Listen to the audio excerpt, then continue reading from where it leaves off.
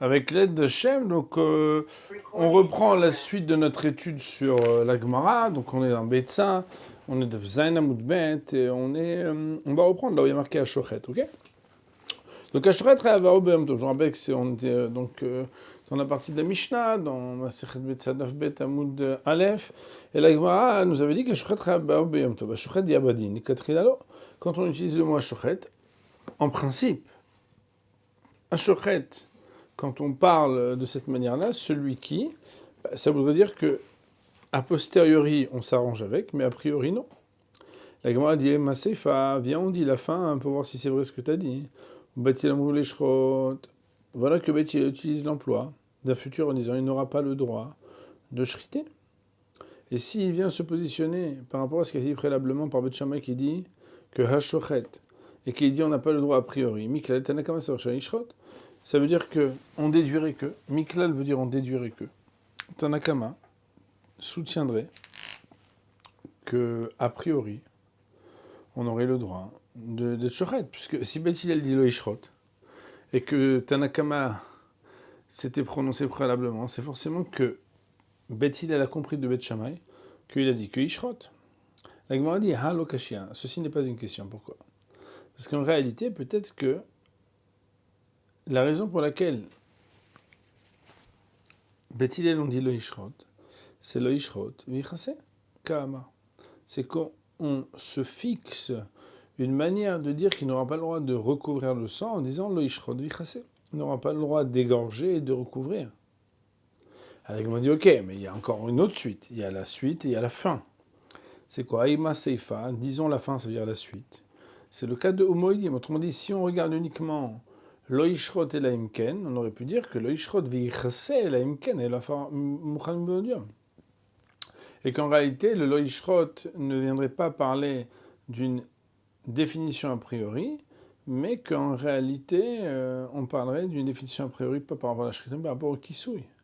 Mais quand on voit la suite, au moïdim, shim shachat, sherpo bedeker vechase, qu'il serait d'accord avec Shimon ben Hillel dans un cas que si jamais il a déjà shrité, qu'il aurait le droit de recouvrir le sang en poussant la pelle, miklal dereisha lav diabadou. Si on dit au modim shim shachat, c'est qu'ils sont d'accord et plus en marloquette à partir du moment où ça a déjà été fait. Machma par contre que si c'était à prévoir, alors il y aurait eu oui une marloquette. Donc Miklal, on déduirait de la Reisha, la Biadavado, que la Reisha, le début de notre Mishnah, qui parle de Hashochet, c'était pas un Bidiavad. Et là-dessus, la Gemara ne sait pas quoi dire, donc elle a une question, et c'est pour ça que la Gemara dit Amar Rabba, voilà que Rabba vient de dire, pour résoudre cette problématique. Arika Amar, voilà comment il faut dire. Autrement dit, il va falloir faire une petite chirurgie d'ajouter des mots ou du sens au texte de la Mishnah tel qu'il est présenté. Arika Amar veut dire voilà comment il faut dire les choses d'une manière améliorée. Ashochet shebali maler keitzad omer lo bet shamay omrim. Donc Ashochet sheba li maler keitzad omer lo. Celui qui voudrait prendre conseil, les manières veut dire prendre conseil. Comment est-ce qu'on s'exprime envers lui? Quel conseil lui donne-t-on? Et là, la réponse de dire, Bet Shammai omrim, Omer lo shrot, chafor bekase, on Bet Hillel omrim lo ishrot, et la imken et la femme bediom. C'est qu'en réalité, Bet Shammai de dire, tu as le droit de shriter, de raférer, c'est-à-dire d'égorger, de creuser et de recouvrir. Et donc, on voit ici qu'à Bali Maler, c'est-à-dire qu'il vient prendre conseil, c'est-à-dire que c'est a priori mamash. Et Beth Hillel de dire, il n'aura pas le droit de le faire, sauf si la pierre qui est déjà prête, mivodium. Quand on entend cette parole de Rabat, il veut dire qu'en réalité, la Mishnah ici, il faut l'arranger en disant qu'on parle du Lekatrila chez le Lekatrila, à cause de ce qu'on a démontré. Rav Yosef Amar, Rav Yosef, quand elle lui de dire un chika, voilà comment il faut dire. Vous voyez qu'ici, on a une marloquette entre Rabat et Rav Yosef, dans le chika Amar. De toute façon, pour les deux, il va falloir corriger quelque chose. Et il faut savoir qu'est-ce qu'on doit corriger. Donc, Rav Yosef veut dire chikama. Ashochet shebali maler ketzad omerlo. Celui qui vient poser la question pour demander conseil, qu'est-ce qu'on va lui dire? Shemay omrim omerlo Lech chafor shchot vekase. Betil omrim lo yishchot imken la forme.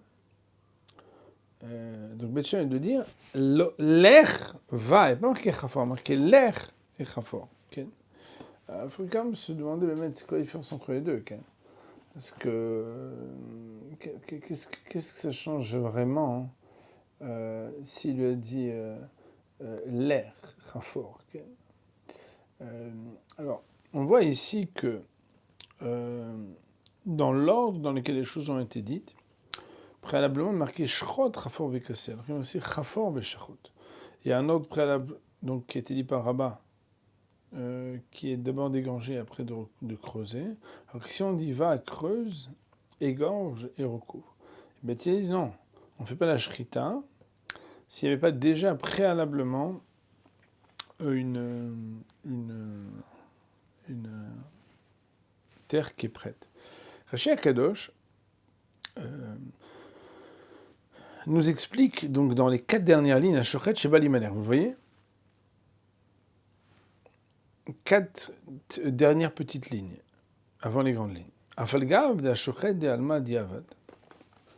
Bien que l'expression Shochet, celui qui a, Be'alma, ça veut dire dans le monde, ça veut dire habituellement, normalement.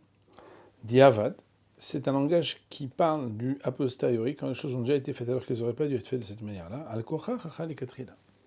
Malgré toi, tu devras reconnaître qu'ici, on parle d'un cas qui est les Katrila. Autrement dit, même si on aurait pu imaginer que, en définitive, ici, c'est pas le cas. Ashochet, Sheba Lishrot Bema ou Balimalech Lanu, Mayase Imishchot Imlav. Et qu'on parlerait ici d'un cas de celui qui vient pour égorger, et qui nous demande conseil. Qu'est-ce qu'il fera? Imishchot Imlav, est-ce que oui ou non il aura le droit d'égorger?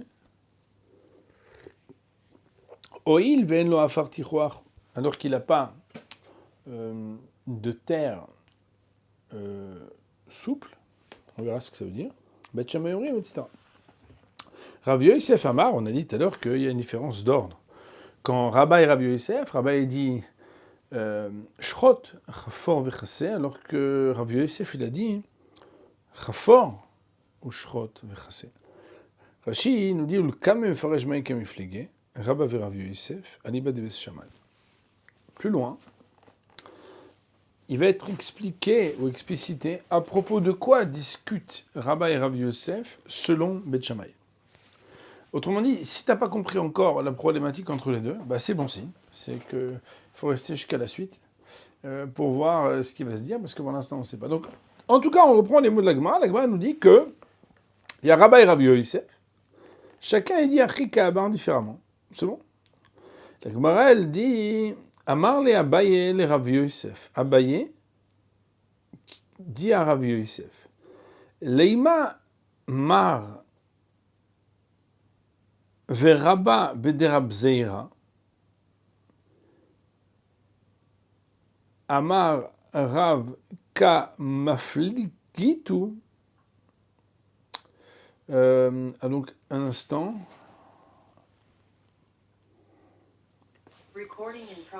Oui, maintenant je vois mieux comment il faut le dire. Amar Abaye le Rav Yosef. Abaye de dire à Rav Yosef. Lema Mar Veraba. Vous n'aviez qu'à dire vous-même, sous-entendu, Rav Yosef, Veraba et Rabba, donc des deux opinions qui étaient citées préalablement, Bederab Zeira Amarav Kamafliktu, que c'est à propos de la parole de Rab Zeira au nom de Rav que vous êtes en discussion, à savoir si vous acquiescez de ce qu'il a proposé ou non. D'Amar Rab Zeira Amarav, car voilà que Rab Zeira a dit au nom de Rav, Ashochet, tzarich sheiten afar lemata ve'afar lemala, que celui qui égorge, il doit placer de la terre en dessous et de la terre au-dessus. Chez Nehemar, car le verset dit Veshachfach et damo vechissaou be'afar. Il versera le sang, sous-entendu après avoir égorgé, et il le recouvrira be'afar, avec de la terre. Afar lo Nehemar, et là, be'afar. Il n'y a pas de mention uniquement de recouvrir par de la terre, mais recouvrir béafa. Et alors quoi? Mais la Med, cela vient nous apprendre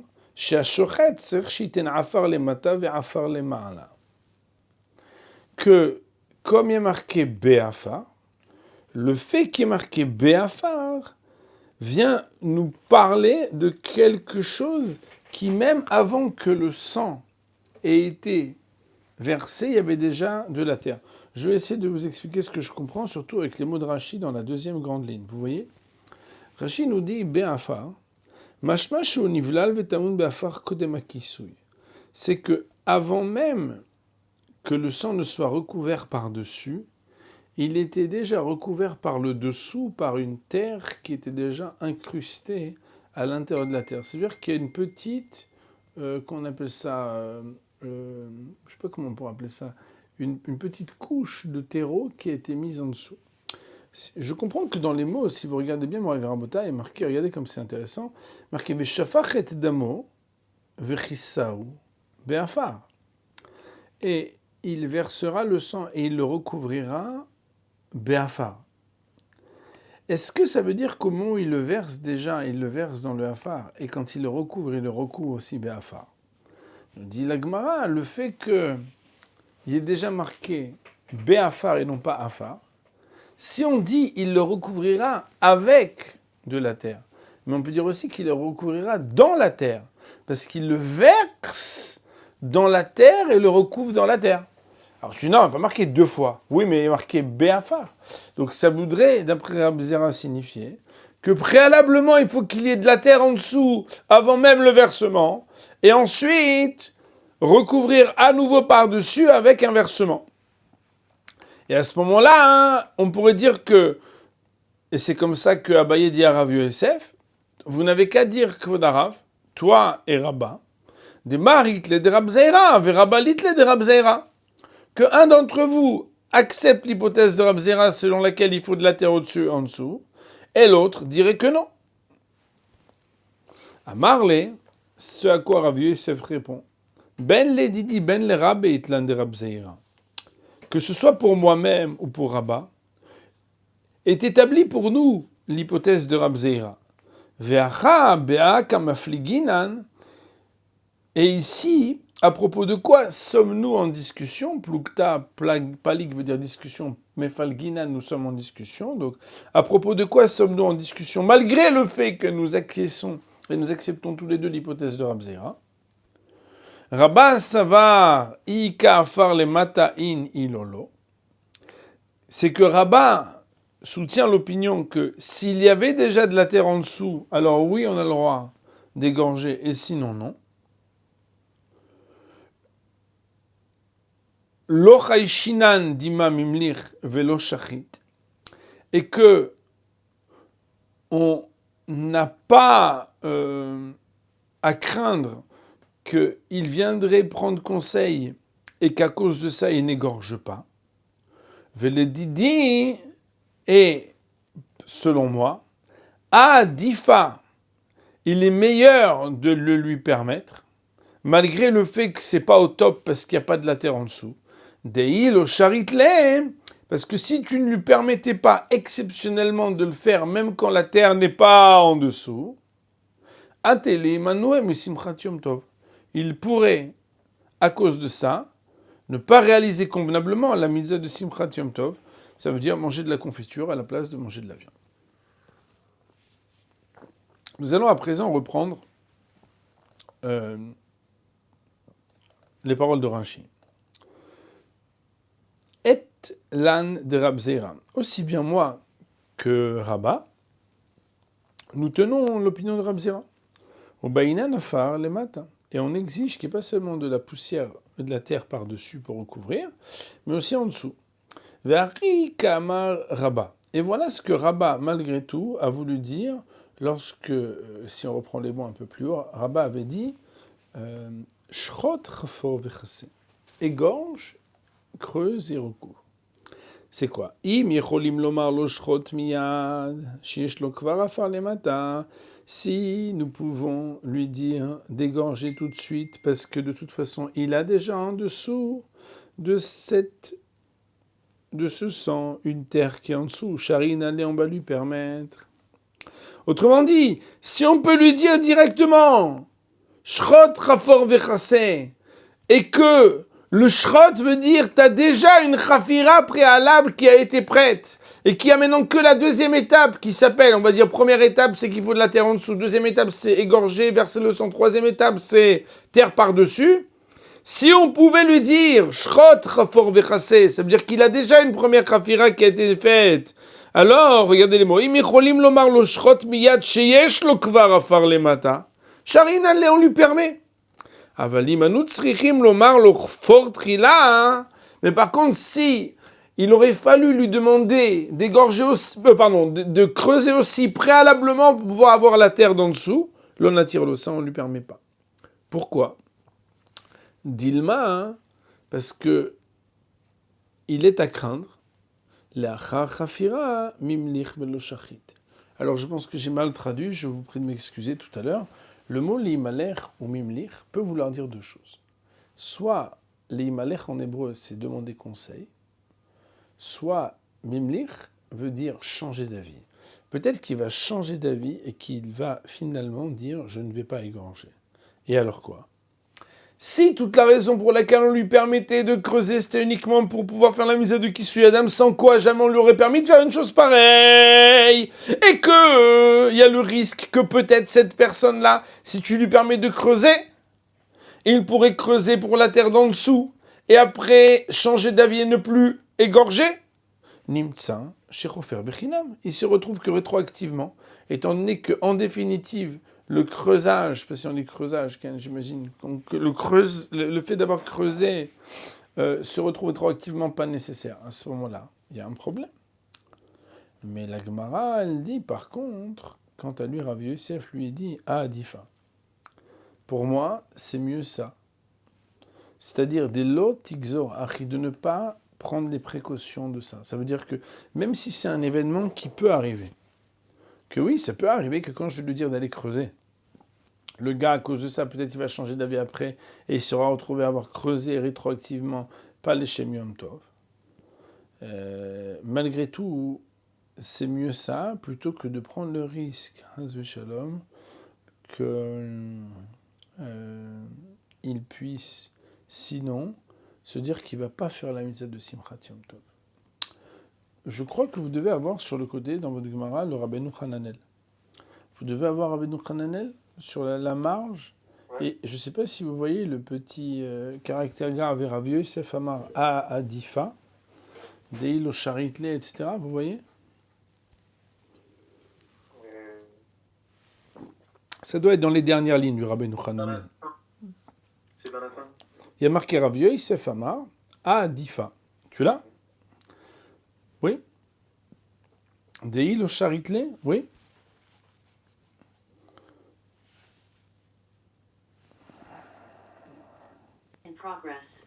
Comme nous n'avons pas de commentaire de Rashi sur cette dernière phrase, je voulais quand même que vous le voyiez explicitement.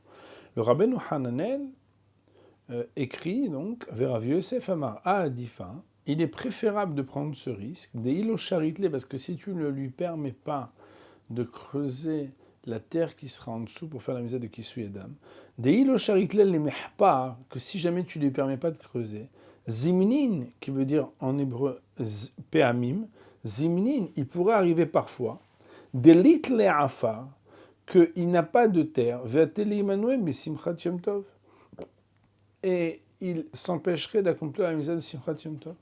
Ve'kai malan, et voilà pourtant que la halacha n'est pas comme Bet Shammai, mais comme Bet Hillel. De amar le yishrot eleim ken el afar muchan ou keraba, qu'il faudrait qu'il ait de la terre déjà prête, et comme Rabat. Autrement dit, mon Rabotai, en fait, ici, il y a un cheshbon qui est très intéressant, qui est fait entre Rabat et Rav Yosef, à savoir, est-ce qu'à cause d'un événement particulier qui pourrait arriver, est-ce qu'à cause de cet événement-là, on interdit de creuser et donc d'égorger, ou est-ce qu'on le permet quand même, quitte à prendre quelques risques? Pour aujourd'hui, on va dire, Baruch Olam, Amen.